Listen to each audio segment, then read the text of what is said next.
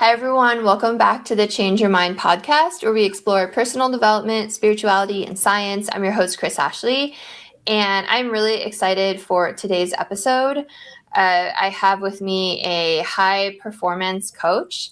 But first, before I introduce him, a couple quick announcements. Head over to the links in the bios. You are going to find a lot there. You're going to find links to my book, to both of my television shows, to all my speaking engagements, as well as how to connect with me on social media.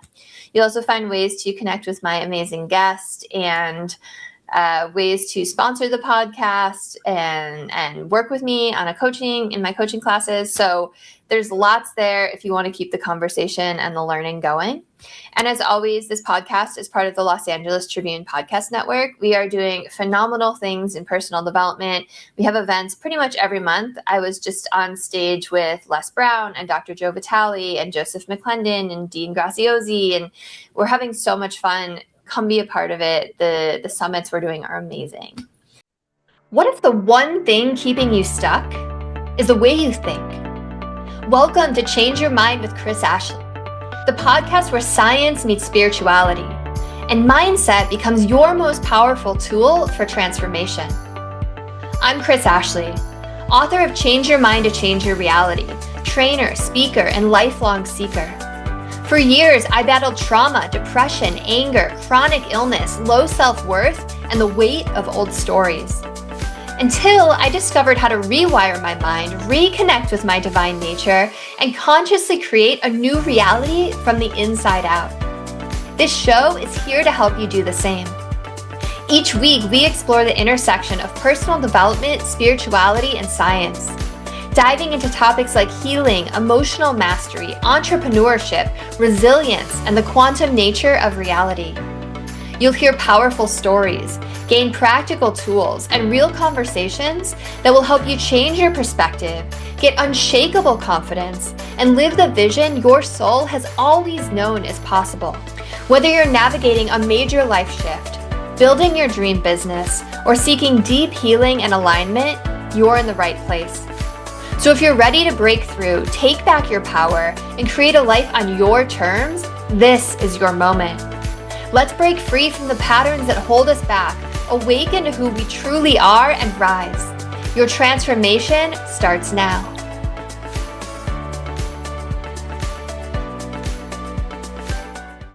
All right, so with me today, I have Gary Chupik. So Gary is internationally recognized as one of the top mental performance coaches in the world. Gary unlocks performance in professional teams, athletes, business professionals, and those wanting to find the next level in their performance. Gary's unique methods and processes are unprecedented in the sports and business worlds.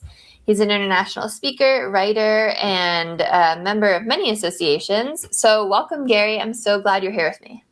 Yeah, thanks for having me, Kris. Absolutely. I always start my shows off the same way, and that's by asking my guests, what is their origin story? So I'd love for you to just kind of walk me through it. How did you become one of the top mindset coaches in the world, which is like a pretty bold statement, right? So I'd love to hear your journey. Yeah, that might be slightly overstated. I've been called that multiple times just by some friends and that kind of thing. But I think it was, own it. Yeah. Well, I think that thinking was infused into me at a really young age. I was probably 13 or 14 years old. And I had one of the leaders in my life say, Gary, you have greatness in you. And I never comprehended what that meant. But there were 4 letters that I think are maybe the most important 4 letters in the alphabet that a leader can tell someone that's a follower. And that is, I see in you. I see in you. And here's what I see in you. And that's what that was infused in me at a really young age. And I think I just was always searching for that. Like, well, what does someone else see in me that might even resemble greatness? And I'm not sure I ever noticed what that was until maybe even the last few years. So it's been a really fun journey. I ended up going to different and multiple theological schools. So I actually have an MDiv, a Master of Divinity, and I was an ordained pastor for over 30 years. And so spirituality has always been important to me. And in the work that I do now, it certainly informs me, because I do think that we are 4 parts: body, mind, soul, and spirit. And so I very much view us as quadratic beings. And I think to tap into each one of those things makes I think for a recipe for success, no matter what it is that we do. So yeah, growing up in the ministry and always being in the ministry, thinking like I was in the ministry, I think has always been valuable to me. However, I never ever wanted to work inside the four walls of the church, but I found myself there for over 30 years. So I was kind of like a reluctant leader and felt very confined by the four walls of the church. And I'd done a lot of chaplaincy at Veterans Hospital here in Seattle and with different sports teams. So chaplaincy, I think, was really a lot of fun for me because it expanded my view of spirituality. And so what I do today is maybe the best word is recruit. I like to recruit the different parts of the human being for human performance and just to see how far we can push ourselves and what we can become and what we can do. Yeah, that's super interesting. I didn't know that you had that background. You said you were kind of reluctant. Like, what made you decide to be a pastor? Well, that's an interesting story. I think a lot of us are put in classes in life that we didn't ask for. Or maybe there's a degree maybe that we wanted, but we don't get to choose all the classes that we are in. And so I think I was placed in lots of situations where it just seemed like the right next step was to say yes to different opportunities. And so I cultivated this yes, God view of my life. And so whatever was put in front of me, I just kind of said yes to. And so I think a lot of my years growing up was about being a sponge. And it was just about learning as whatever I could possibly learn in the moment. And I put the onus back on God.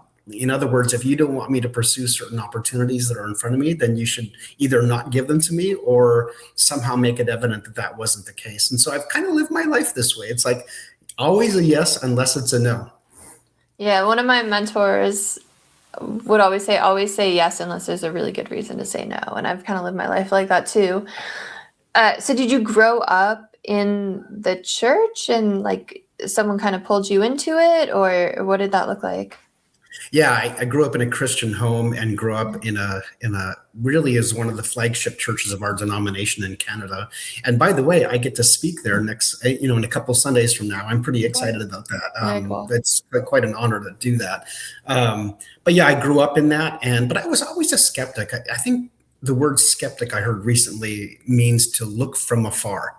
And I've always sort of been, I don't know, I've always been a skeptic, even in my own faith and even in my own religion. I just always have been skeptical at like how do other people view this? And is this really, are there different perspectives that I'm not aware of? And I think that chaplaincy scratched that itch, was to explore different religions and different spiritualities. And even though I've landed on Christianity, I certainly have a respect for people who have view life differently or have different faiths or whatever the case is. I just really respect them all as a search for God, search for meaning, search for purpose. And I can certainly respect that everyone has that no matter where they've grown up or what they've done. Yeah. It's, what is it? Like many paths, one truth at the end of the day. So talk to me about the chaplaincy. Was that, you said it was in a VA hospital, right? Like, were you, when I think like hospital chaplain, I think like bedside when people are dying or like seriously injured, comforting families. Like, is that kind of what it looked like, or did it look like something different? Yeah, no, it was a lot of that. I worked on critical care and spinal cord injury. No one wakes up in the morning thinking that they're going to not ever walk again. And so it was a joy and an honor to walk with people through that. And so that's a lot of my history is death, dying, suffering, just trying to make sense of all those things and make sense of death and life. And so I've had a lot of exposure, even in my own personal life, with death and suffering.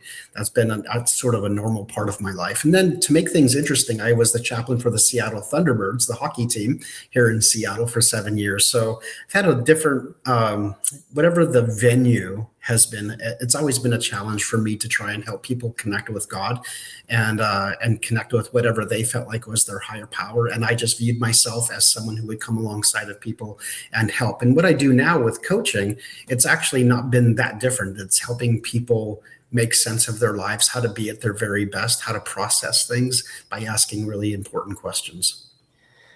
Yeah, totally. I can see how that'd be a really easy bridge. I didn't know sports teams had chaplains. That's really interesting. I have to ask, did you ever have any mystical experiences around people dying? Yeah, I've had multiple. Yeah, it is. Yeah, there's just so much around that. There's so much to talk about when it comes to people dying and some of the things that they process in their last moments. I mean, to be able to be with, I mean, holding people who have been dying has been common for me, Mm-hmm. and those that I've loved, and even in the chaplaincy work at Veterans Hospital. And yeah, I mean, probably nothing metaphysical that people might consider or think about, but many real life, real moment, times and experiences where people are just, I think, just really thinking about who they love and what they love in those last moments and what was really valuable to them. And it's been certainly an education or a classroom that I've really learned a lot with. And so even for me in my life now, I'm 57. I just turned 57. And I'm always thinking about like my next 10. That's kind of one of the phrases I've been thinking about a lot lately, is, and helping leaders actually think that through, is like, what do you want the next 10 years of your life to look at in view of the whole totality of your life or your legacy? And yeah, that's a really interesting question, really interesting Mm-hmm. topic, and really thinking deeply about this, because I think there's two ways of wanting. There is what you want and what you really want. Now, I don't know about you, but what I want might be the pizza and to watch football all day on a Friday or a Saturday. But what I really want is to have a generational impact in people's lives. And so what I think ends up happening is many of us end up spending the vast majority of our time really chasing after what we want instead of what we really want.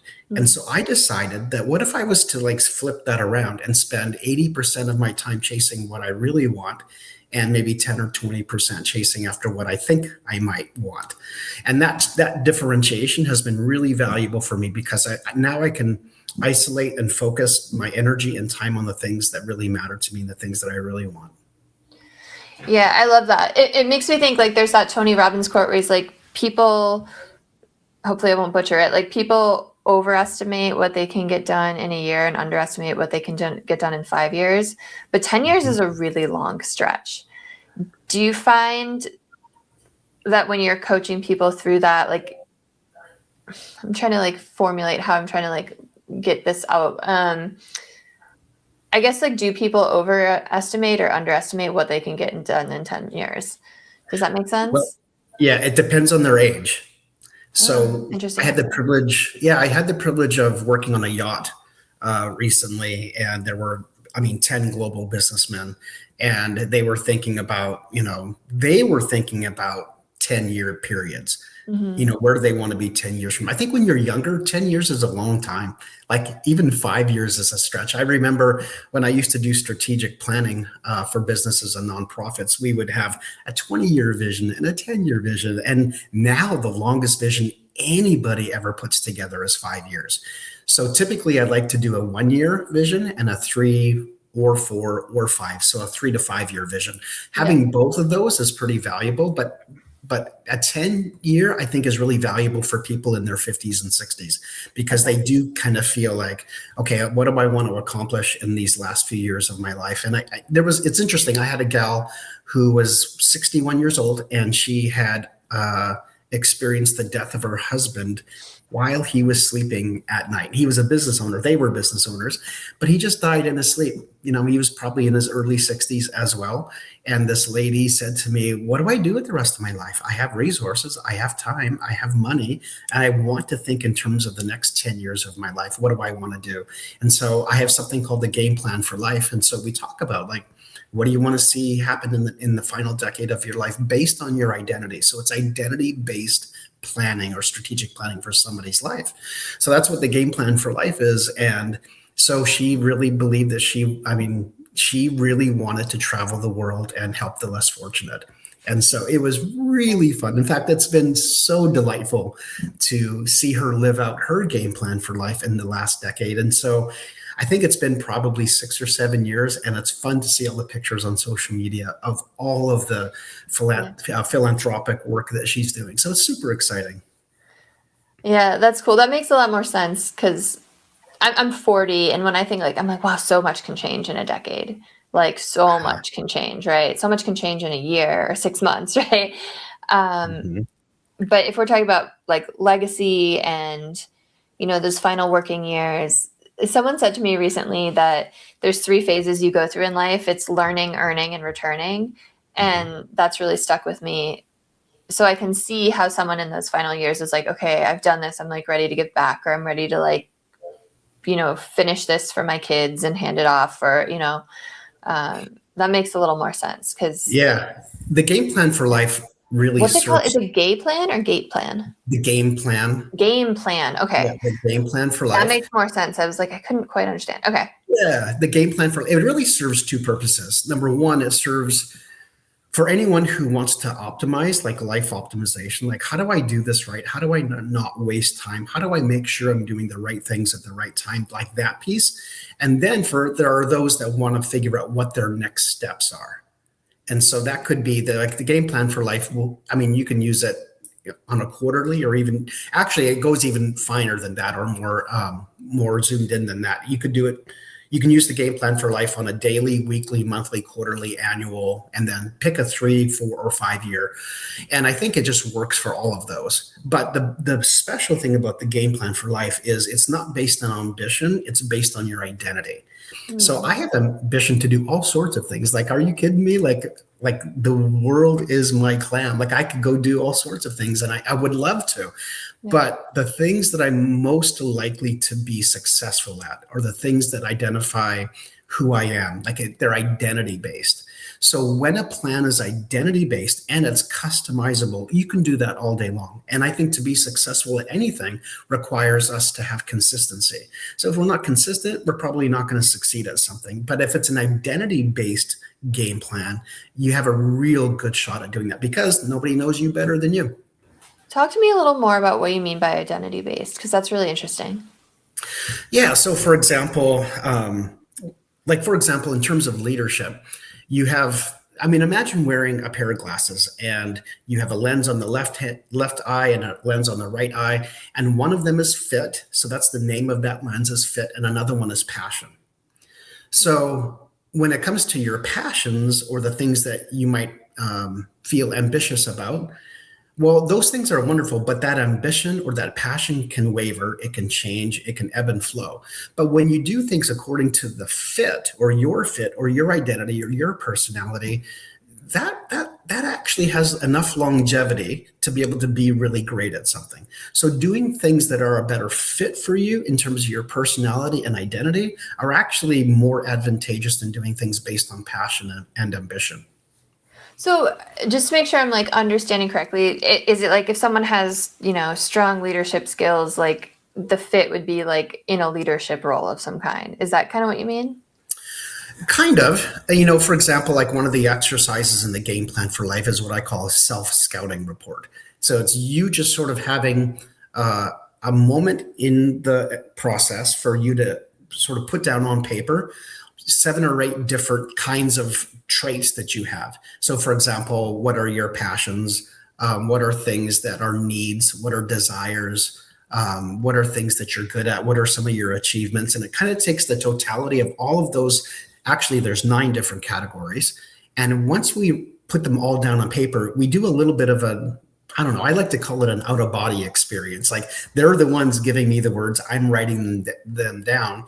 And if you didn't know the person that this piece of paper is describing, what if we just looked at that piece of paper and that was all the evidence that we had?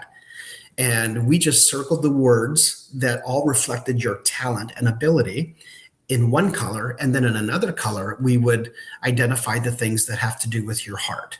So your purpose, your calling, your vision, and your strategy. Mm-hmm. And if we could figure out the cross section, just like if you were looking through, let's say, the sights of a gun, let's say, and we were to target or pinpoint those 2 lines, well, what would happen in the middle is we would find what are a mix of your talent and your ability and your passions, which include your calling, your purpose, your vision, and your strategy. Because your purpose is why, it answers the question, why am I here? And your calling answers the question, what should I do with my life? So when you can combine your head, which is clarity, and your heart, which is your conviction, when you can recruit those two things and you can like identify the electrical arc between those two things, you have something really electric and wonderful. Very cool. And then from there, you're able to help people. I mean, like, what's the next step? Like, you're like, okay, we have your fit, right? How do you figure out with someone what their next 3 to 5 year plan is based on that? Yeah. It's so much fun. Actually, it's a 2-day experience, and it really is like the best game plan, like life strategy game planning that I've ever experienced in 35 years. It just works so well. I've never had a dud. So the beginning or the first stage is identifying who you are. So we have to have a really clear picture of who you are. And it's also interesting to find out who you think you are, because those actually might be different. And so we take a little bit of a deep dive into what your self-perception is. And I'd like to think of those in terms of archetypes. So you have your identity. So who am I? Then the second phase of the game plan for life is where am I now? Like, what am I experiencing in the present moment? Then the third phase is where am I going? Like, what are my opportunities? What are my options based on my identity and where I presently am? And then the fourth phase is how will I get there? So what are the things what vehicles am I going to ride in order to get to where I want to go? And then the last category or phase is what will I need? So how do you empower yourself with the skills and talents and abilities that I'm going to need in order to accomplish those things? So it is really based on identity. And when you remove your ambition from your identity, then you probably don't really have much of a shot of accomplishing those things because there's not enough of you in it. So I like that you said it's interesting to see like what people think about themselves versus like how they actually are. So how do you differentiate those two things? Because right before you said that, I was thinking, and I was like, well, some people might have might not truly know themselves, right? Like, how do you figure out which is which? Yeah, there's, a really fun word for that is blind spots. Like what blind spots do we have about ourselves that when other people can reflect back to us what they see, they can be an aha moment for them. I like to think of it as like the pickle jar. You're inside the pickle jar. You can't always see the labels outside of the pickle jar, but you have to have someone else read them to you at times. Okay. And so I had one client who, in fact, I actually changed my process because of him. Yeah, I had one client who would always say, well, why do I always get fired from jobs? You know, he's this high level leader. And after a year or two, his pattern is that he gets fired. And so I'm like, well, what is the perception of the people hiring you of you? And what is your self-perception of you going into these situations? And so he thought of himself. He never said this, but he thought himself as a demo guy, that he was going to come in and he was going to be that big wrecking ball because he was getting hired by organizations that needed someone just to, come in and restart. Well, restart is very different than a wrecking ball. And so he was just a wrecking ball for the first 6 months and everybody didn't like him. And then he would start to rebuild, but he never lasted long enough to be, to actually rebuild and be a remodeler. And so I thought to myself, like, what is the perception this person has of himself that is allowing him, that he didn't project very well during the interview, apparently, but what is his self-perception, or what's the undercurrent that's driving his behaviors, his thought process of behaviors? And I just realized there's such a difference between how someone thinks of themselves and how people experience them. And I don't know about you, but sometimes I can be off on my own self-perception. And what I actually think, there's such a difference between perception and perspective. So someone will say, well, this is my perspective on things. And I'm like, no. That's actually your perception of things. And when we all share our perception, then we get perspective. Because sometimes we think that if I share my perspective, that everyone just has to accept it because, well, it's just my perspective. And it's almost inarguable. But in another way, can your perceptions ever be wrong about something? Well, of course they can. And so I think it's important for people to understand that they're just sharing their perception and cannot be off. And so people's perceptions of themselves could be different than people's perspective of them. And so to be able to share that with him and with this particular client was really helpful, because I said, well, you know what, is there a chance that other people could be perceiving you differently than you see yourself. And he was like, yeah, I guess that could be true. And so just to reflect that back to him was like the filling in or the taking off of the veil of the blind spot, which was really helpful for him. Yeah, that's a great story. So do you find that like when you go through this exercise with people, it kind of cuts through their own perception and like gets down to the core of who they really are? Like, do you ask them who they think they are in the beginning so you can kind of like compare, or I do. how do you, yeah. Yeah, I most certainly do. So one of the exercises is them identifying their archetypes. So there's hundreds of archetypes. There's the Enneagram or archetypes. You know, in a story, you see a hero or a villain or, you know, whoever it is, right? Or, you know, whoever it is, a joker, a jester is an archetype. And so having them identify their archetypes and how strong those archetypes are in their thinking is really valuable, because it's kind of like the operating system on a computer. You kind of don't really understand or know that you're really using an operating system, but it's always there. Just like your phone has an operating system or the computer has an operating system. And so I have them draw this triangle and I have them put down their top 3 archetypes and how big each of those sections are in their identity. And that way you can learn a lot about someone really quickly if you understand their own self-perception. So I'm trying to think about like what I would say for archetypes. Like, where do you even start? Do you give people like a list to go off of, or okay? Yeah, I never used to, because it's a little bit, you know, a little bit hazy, a little bit fuzzy. But now I have a list of about 100 archetypes where people can kind of circle the ones that they think they are. Like, for example, you know, like hero or warrior or princess, like, or all these different words. Or, you know, I had one of my clients call herself the man. She was a chemist. She's a research chemist, and so she called herself the strategic chemist. Like, just beautiful words that would just describe it, how she views life as almost this alchemy of different ideas and thoughts. And it was just beautiful, right? Just super cool. And then to see her work in her industry and come up with innovative things it's just magnificent. So yeah, having a list of things for people to pick is really valuable. That's cool. I've never heard anyone with a similar, I guess, game plan for life as you have. It's really, I like how you do it. I like how you break it down. As a coach and a human being, how often do you redo yours? Wow, that's such a great question. Well, initially I used to say every 5 years. It was great to do a refresh.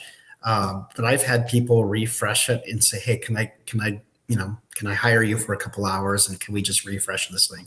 And it's so valuable to do it. There are multiple exercises, and I think it's one of the values of the game plan for life. There's probably 4 or 5 exercises that you can refresh on an annual basis. And so I think that's part of the magic, is that they're reusable tools that you can use in your life and also in your business. Like, one of the tools that I have never seen another tool like it. I think it's the best tool I've ever come across in 35 years of leadership. And you can use it in your own personal life. You can use it in your own marriage. You can use it in your business. I've done it with professional sports teams, and I've done it with moms. It works. Well, you got to tell us about it now. Oh, it works every single time. All right. Well, what's the tool, Gary? So the tool is called the perspectives tool. So you have 5 different columns or categories. So remember, in the game plan for life, we have the second stage. The first stage is talking about your identity. The second stage is, where are you at now? So let's think about your identity as sort of a little bit of a past, digging for treasures about your past and who you think you are, and some of the things that you've gone through because all those identity things are formed typically in your past. So the identity is a big deal, but then you move to the second stage, which is, where am I now? So this is a where am I now tool. So the first column is what's going right in your life. And I like to say it this way: what feels right about everything that you're going through, anything in your life? What just feels right? People are like, what do you mean by feels? Exactly. I want you to just write down what just feels right. So it gives them a lot of permission to say anything they want. But typically what they do is they do communicate the boulders. So there's boulders and pebbles. The pebbles are the small stuff. You're not going to get all the pebbles, but you can get the big stuff. So what are the boulders? So what just feels right in your life? Your marriage, your job, your income, your kids, your family, relationships. I mean, anything but those top of mind things are usually the boulders. Not always, but usually. Mm-hmm. So what feels right? The second category is what feels wrong, which is typically a little bit longer, not always, but typically longer than the what's right category. So what just feels wrong? Yeah, what do you mean? I don't know, what just feels wrong. And so what could be improved? What isn't in alignment? Well, specifically wrong. What just feels like it shouldn't be this way. That's the key phrase or thought. I like that. Be this way. So they might talk about their finances or relationship or whatever. The third column is what feels confusing. What just feels confusing to you? And usually this is a fairly long column as well. What just feels confusing? Well, I'm not really sure. And so I say, well, think about what you think about. Like, what are the repetitive thoughts that are coming to your mind because you haven't closed the psychological loop on it? Yeah. So what are the things that what feels confusing to you? Then they kind of hem and haw, and then they get there. They'll name multiple things. And then the fourth column is what feels like it's missing. What's missing? And of course, sometimes questions. Like what? I mean, oftentimes you're like, well, if I knew what was missing, I would fix it, or I would go gain that thing. But sometimes we don't really think about what's missing. And so what's missing from your life? And then the final column I added a few years ago because it's so helpful for me to understand someone. And that is what's overwhelming. What just feels overwhelming to you? And that kind of gets at the heart of the matter, because you can talk about what's right, wrong, confusing, and missing, but that overwhelming column, it's very informative at this point. And if you notice, it's very important to go in sequence. So you can have all the right ingredients when you bake a cake, but unless you put it in the right order, you will never get the intended outcome. And so to do each of these columns in the right order produces something beautiful. So at the end of it, you have right, wrong, missing or confusing, what's missing, what's overwhelming. And then I do something called clustering. And so what are the common themes that we see here on the paper? And so I'll take anything to do with money, I'll circle those things in green. And anything to do with relationships, I'll circle those things in, let's say, red, and so on and so forth. So you're just kind of clustering themes. And then you end up coming up with 2 or 3 themes. And how do you identify which is the most important? So this is called the Hoshin model of interrelationship. What we're trying to do is figure out if they were to solve, they're not going to solve every problem, but if they were to solve, let's say, a money problem or a business problem or a relationship problem or a communication problem, it would actually affect all the rest of the categories. And so it's the Hoshin model of interrelationship. And then we try and narrow it down by clustering. And then I end up saying something like, does this accurately reflect where you're at? And they're like, oh my gosh, this is such an amazing job. And then I said, well, it looks like if you were to work on this one category, it would have the biggest impact in your life. And they see it because now they're engaging their left brain, they've engaged their right brain, and they look at it and they kind of go, this makes everything exceedingly clear. And if I was to do this with the Seattle Seahawks or the Oregon Ducks, which I probably will be doing this summer, I've done it with businesses, I've done it with nonprofits, I've done it with coaches, you name it, I have done it. And it works every single time. So it's really about getting clear on maybe not like your vision, but about, what steps you need to take or what you need to work on, I guess.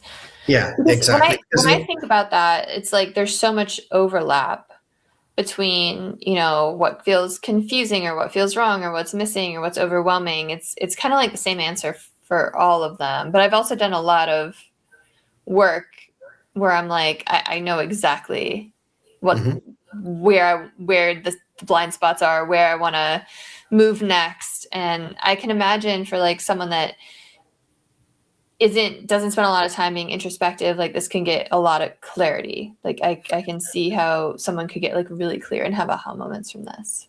Well, it's interesting because if you were to do this exercise, so let me back up. So you could have the same thing in multiple categories. So something could be confusing and missing, or wrong and confusing, or wrong and overwhelming. So that's true.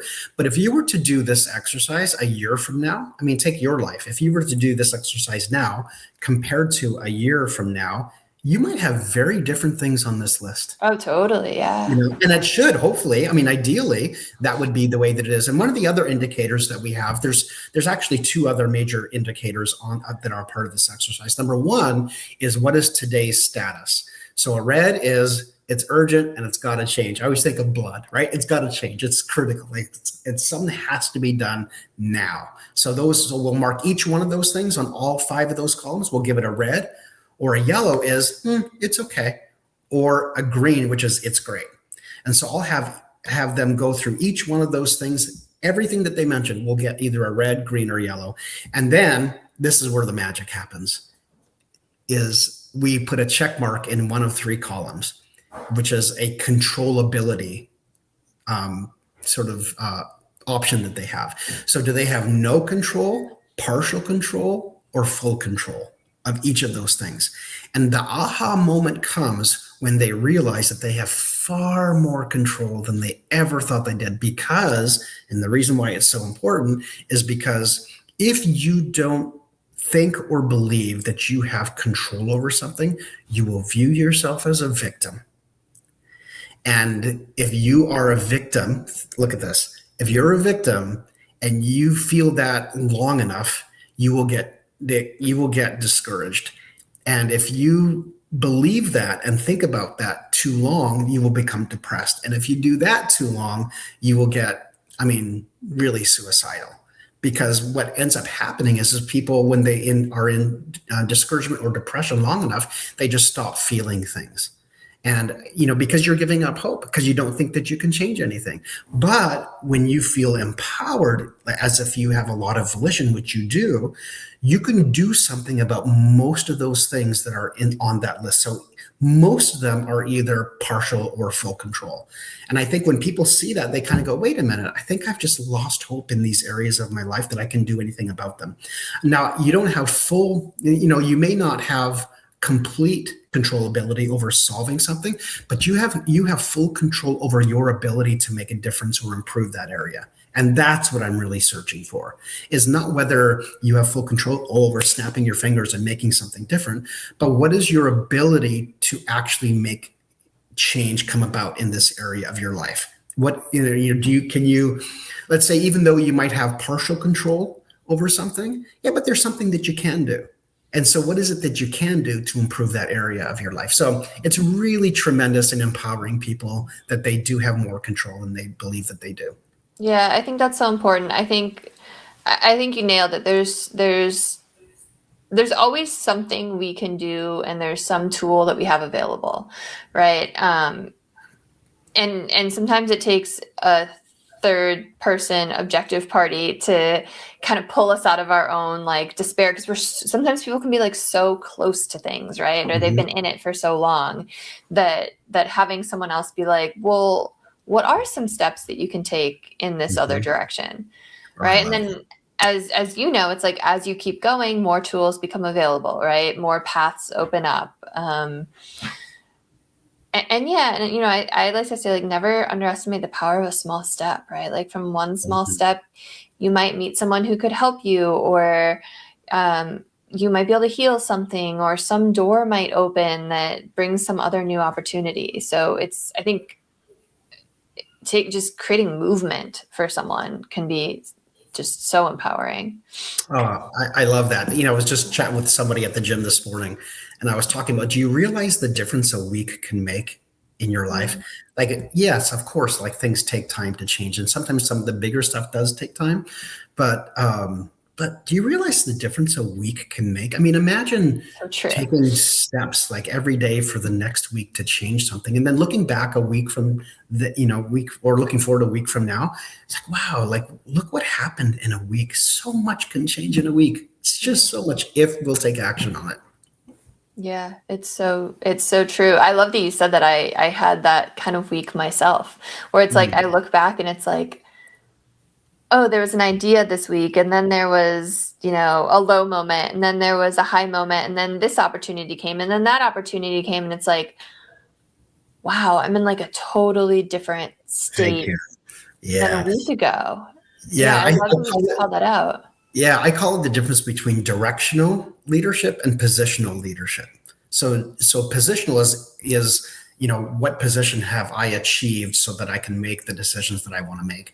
But it's really not about position. It's actually about progress. And so when you think about direction and progress, you think to yourself, well, wait a minute, if I'm heading in the wrong direction of my life or in my life, I can just get off at the next exit and I can cross over the freeway and get going in the right direction. It's actually quite simple. I'm not saying it's easy, but it's actually quite simple. And when you live your life with that sort of continuous improvement, like as long as I'm making progress, one of my favorite sayings in my business is nothing feels as good as progress. Nothing, not even achievement at times. It's just nothing feels as good as progress. And if you constantly feel like you're making progress, well, that kind of feels like momentum. And how much easier is life when you have momentum in a specific area? It's so much easier. So, yeah, I mean, I study the science of momentum because I do a lot of sports stuff. And yeah, it's somebody makes a play. That's the number one indicator or the number one sort of propositional fact that when something changes in a game or something shifts, it's always because somebody makes a play. And typically it's not the hero. Typically it's not the star. It's someone else from the bench or maybe a role player. But when somebody makes a play, they dive into the crowd or they make this amazing play, something shifts and the momentum shifts. And that's the number one way to change momentum is to make a play. I like that you said it's not necessarily the star player. So how do we bring that metaphor to an individual? Like if something's shifting and it's not the star player, like what is it in an individual's life? Yeah, there's so much to say about that, right? Like there's a great book I'm sure that you've heard called Who Not How. And Mm. it's like, well, who do I need to invite to my table that's not presently there, that I can sort of tap into their wisdom and knowledge?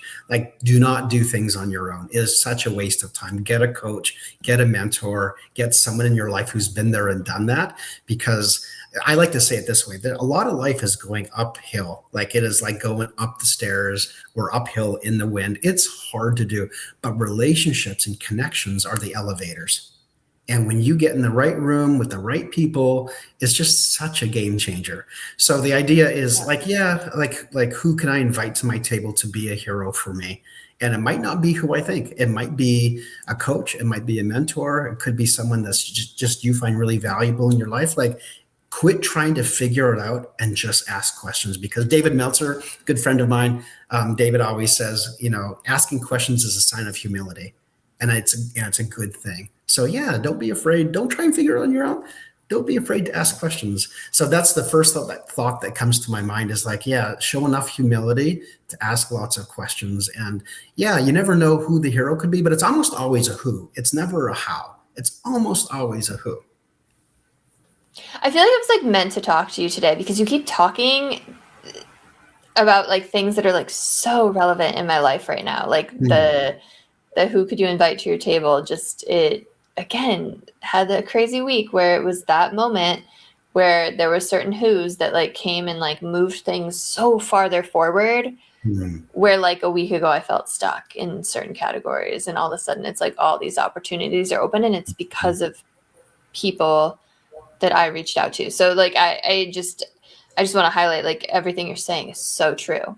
And I didn't think about it like that, but like you just put it into words like so perfectly. Mm-hmm. Yeah, Yeah, very cool. and there's another book that's called Rookie Smarts.